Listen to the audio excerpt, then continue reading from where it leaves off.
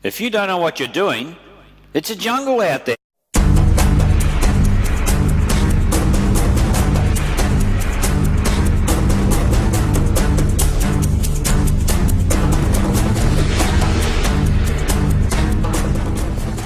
The history of money and wealth is a tale prone to repetition. Earlier, I spoke with Mike Maloney, founder of goldsilver.com, and he recently created a video series, The Hidden Secrets of Money, and this is all to explain monetary history, wealth cycles, and the financial crisis. So here's a clip. Once you see where we've come from, you can get a much clearer understanding of how the 7 stages of empire are playing out right now. The thing that amazes me is how history just keeps on repeating and repeating and repeating, and we never learn from all of our stupid mistakes. I first talked to Michael Maloney about why he created the series, and here's what he had to say. What stuck out at me was that every 30 to 40 years, the world has a new monetary system. We're coming up to one of these shifts in monetary system right now. The dollar standard is actually falling apart rather quickly. And my company, Hidden Secrets of Money, the series that we are producing, has a mission to enlighten the world that maximum prosperity can only be achieved through individual freedom, free markets, and sound money.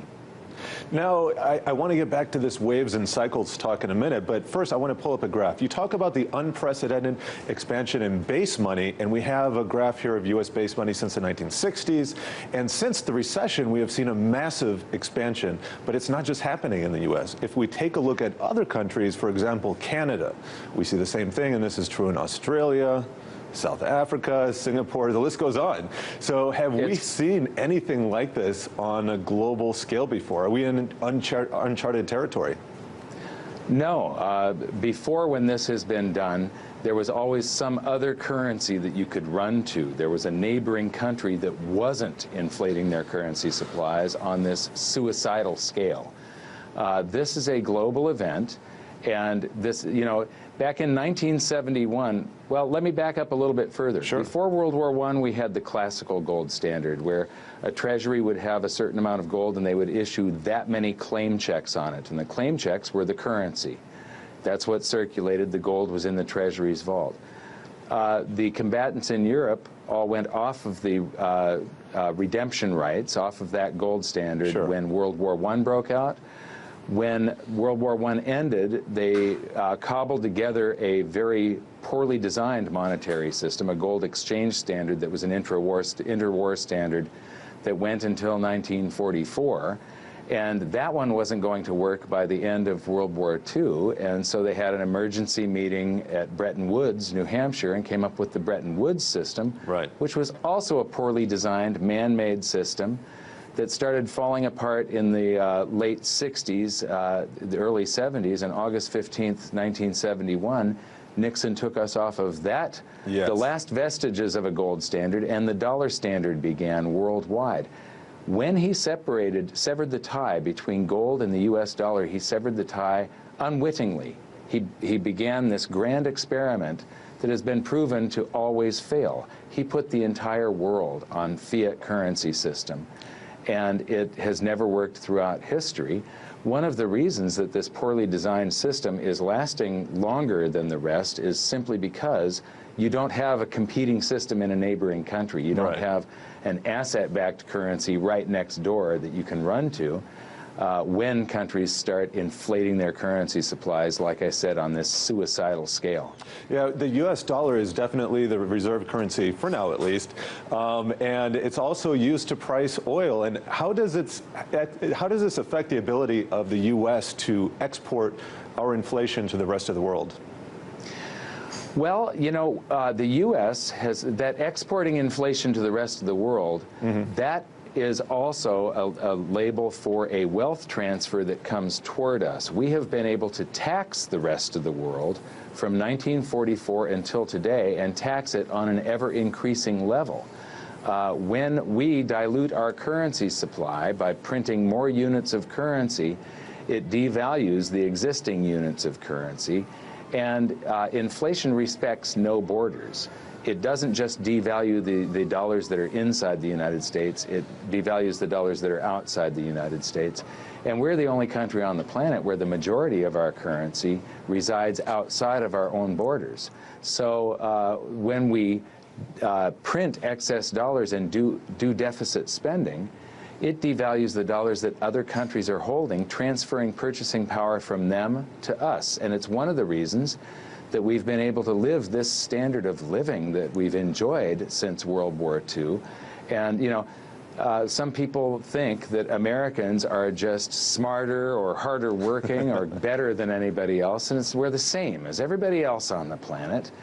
We just had this lucky series of accidental events of countries having wars not having war on our soil, and this chain of events that led us to where our currency was the world reserve currency. Sure. And then politicians for the past decade or so have treated this privilege of having the world's reserve currency as their birthright, and they've abused it to the point where other countries are abandoning it, and they're abandoning it at an ever-increasing rate.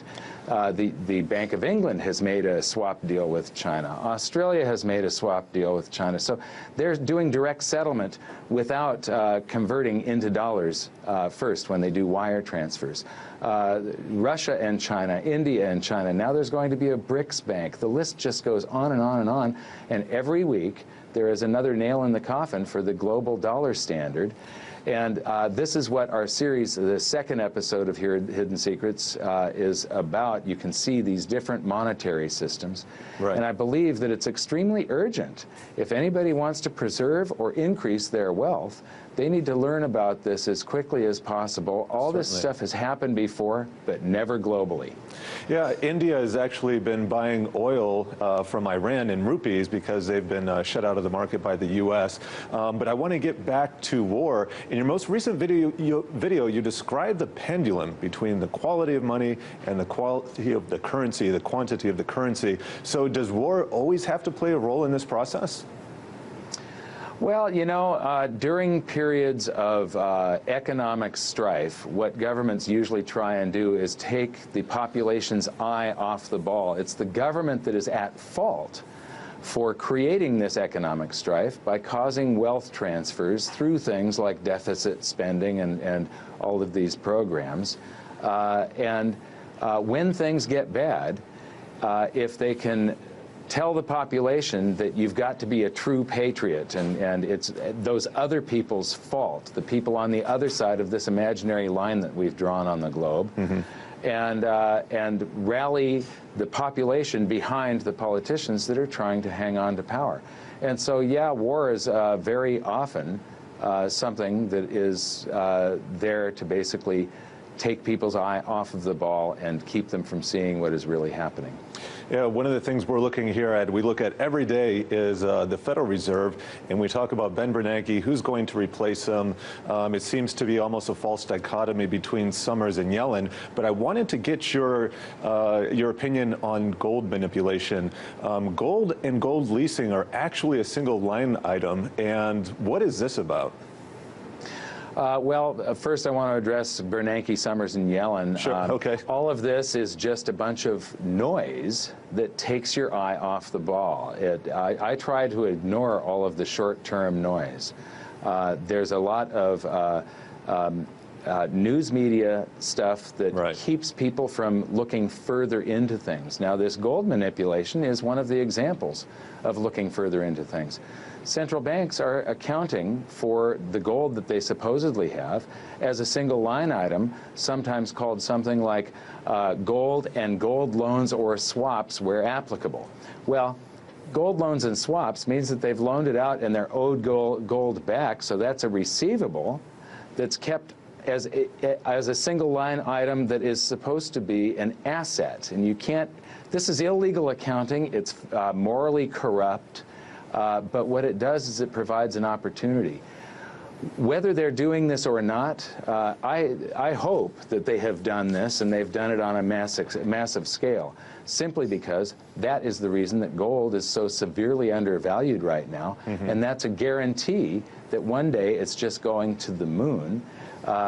because they have to reacquire that gold from the open market. So that means if it's been leased out and it's out in the open market and they have to reacquire it as part of their currency reserves, then the price has to go up as they buy that gold back from whoever has it. Yeah, and it looks like Germany certainly wants a bit of their gold back from the Federal Reserve. You've described something, and I'm not going to quote you, but it's a threat of deflation followed by a helicopter drop, followed by more inflation. Can you give your outlook for us? Do we necessarily have to end up with hyperinflation given our current monetary situation? Yeah, well, my book was written from 2005 to 2007. In it, I said that Ben Bernanke would be our next Federal Reserve chairman. And I had read many of his papers, and I read his book, The Essays on the Great Depression. So I knew his mindset. And I said that there would be an event that would be the threat of deflation. That was the market crash of '08. Right. To which Ben Bernanke would overreact with a helicopter drop. That was the bailouts and the QEs. He's doing exactly what I predicted, which would cause an inflation, which we've seen where he reflated the real estate and the stock markets right now. Then I said that there would be a true deflation, a contraction of the currency supply, a monetary deflation. Prices follow the Austrian definition of inflation or deflation, or the Milton Friedman's definition, an expansion or contraction of the currency supply. And that would just scare him to death, and he would overreact. Well, it might be Summers or Janet Yellen. It really doesn't matter. These people are all cut from the same cloth. They're Keynes. That was my interview with Michael Maloney, founder of goldsilver.com and the creator of The Hidden Secrets of Money.